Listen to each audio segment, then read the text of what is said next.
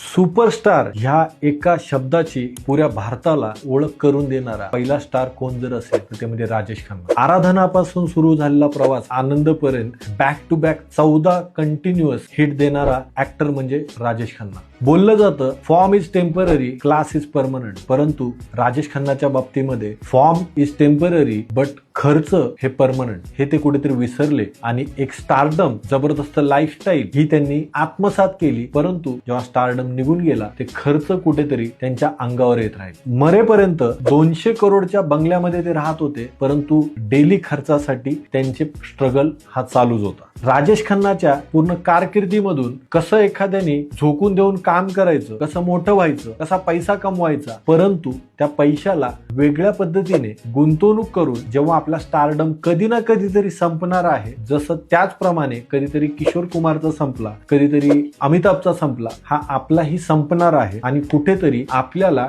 Daily गरजांसाठी कुठेतरी गुंतवणूक कराव्या लागतील आणि त्याच्यातून येणाऱ्या रिटर्न्सवर आपल्याला राहावं लागेल हे कधीच त्यांना कळलं नाही. त्यामुळे तुम्हीही नोकरी किंवा व्यवसायात असाल, चांगल्या पद्धतीने खोऱ्याने पैसा कमवत असाल तर राजेश खन्नांनी केली ती चूक कधी करू नका. कुठेतरी गुंतवणूक करा आणि त्या माध्यमातून एक पॅसिव्ह इन्कम तुमचा निर्माण करा. धन्यवाद.